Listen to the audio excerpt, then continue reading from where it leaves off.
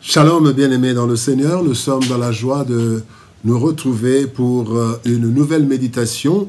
Nous sommes le jeudi 10 août 2023 et nous vous saluons au nom de notre Seigneur et Sauveur Jésus-Christ. Nous allons lire un texte dans la lettre de Philippiens, dans la lettre de Paul aux Philippiens, chapitre 4, verset 8, et nous lirons dans deux versions. Dans la version Louis II, il est écrit « Au reste, frères, que tout ce qui est vrai, tout ce qui est honorable, tout ce qui est juste, tout ce qui est pur, tout ce qui est aimable, tout ce qui mérite l'approbation, ce qui est vertueux et digne de louange soit l'objet de vos pensées. » Version Bible du Semeur, il est écrit « Enfin, frères et sœurs, nourrissez vos pensées de tout ce qui est vrai, noble, juste, pur, digne d'amour ou d'approbation, de tout ce qui est vertueux et mérite la louange. » L'objet de nos pensées. L'objet de nos pensées, tel est le thème de notre méditation de ce jeudi 10 août 2023. Bien-aimés dans le Seigneur, la pensée est une activité de l'esprit qui marque fortement l'être humain. En effet, la Bible nous dit dans Proverbes chapitre 23, verset 7, « Il est comme les pensées de son âme. » L'homme est donc le reflet de ses pensées. Le texte du jour nous interpelle. Eh bien, ce texte nous interpelle quant à la gestion de nos pensées. Si les humains ne les voient pas, Dieu les voit et les juge. En plus, tôt ou tard, nos pensées se transforment en actes bons ou mauvais qui ont un impact sur notre environnement ainsi que sur nos vies et même notre avenir sur terre et dans l'au-delà. Voici quelques leçons tirées de notre verset du jour. D'abord, parlons des origines des pensées. L'origine des pensées. Dans les psaumes, le psaume 94, verset 19, la Bible dit « Quand les pensées s'agitent en foule au-dedans de moi, tes consolations réjouissent mon âme. » Quand tes pensées s'agitent en foule au-dedans de moi. Mais alors, les pensées ne sont pas dans le vent. Les pensées ne sont pas dans la nature ou dans les objets, mais dans l'âme.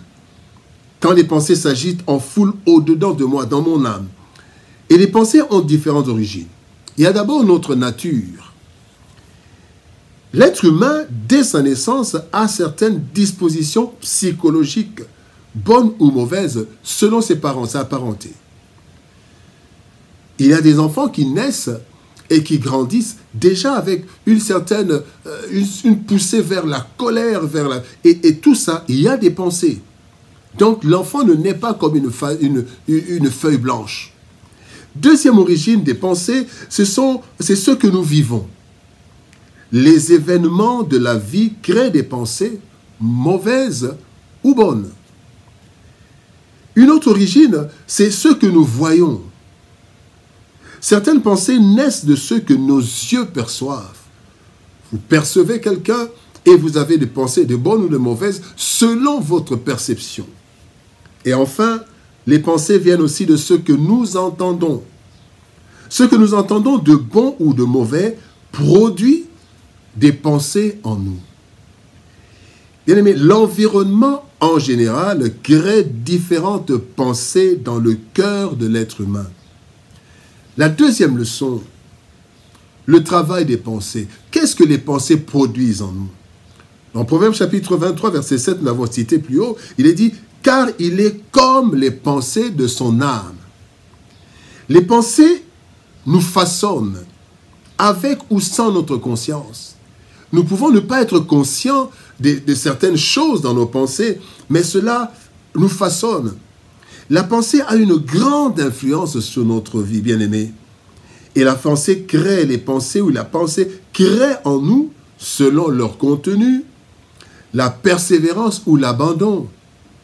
Quand nous pensons que quelque part, il n'y a que les personnes recommandées qui réussissent, Les pensées entrent et nous abandonnons. Nous ne faisons plus. Quand nous pensons même que nous n'avons pas réussi, nous ne pourrons pas aller jusqu'à l'université, ce sont des pensées mais qui nous amènent dans l'abandon. Mais quand nous savons, nous disons, il y en a qui ont réussi, moi aussi je peux réussir, eh bien les pensées nous donnent la persévérance ou l'abandon.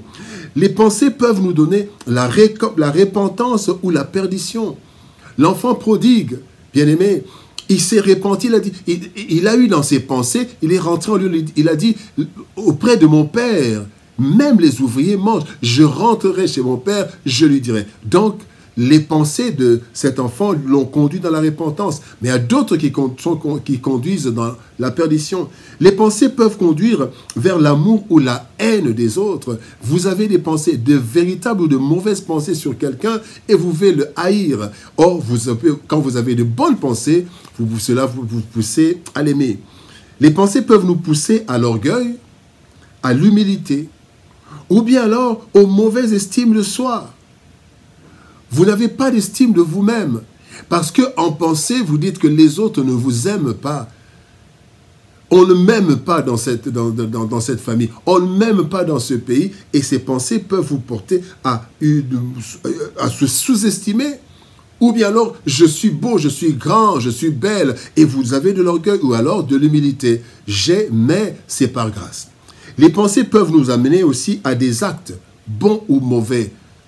Il m'a fait telle chose, et les pensées viennent, fais ceci, fais cela, et cela peut conduire dans des actes.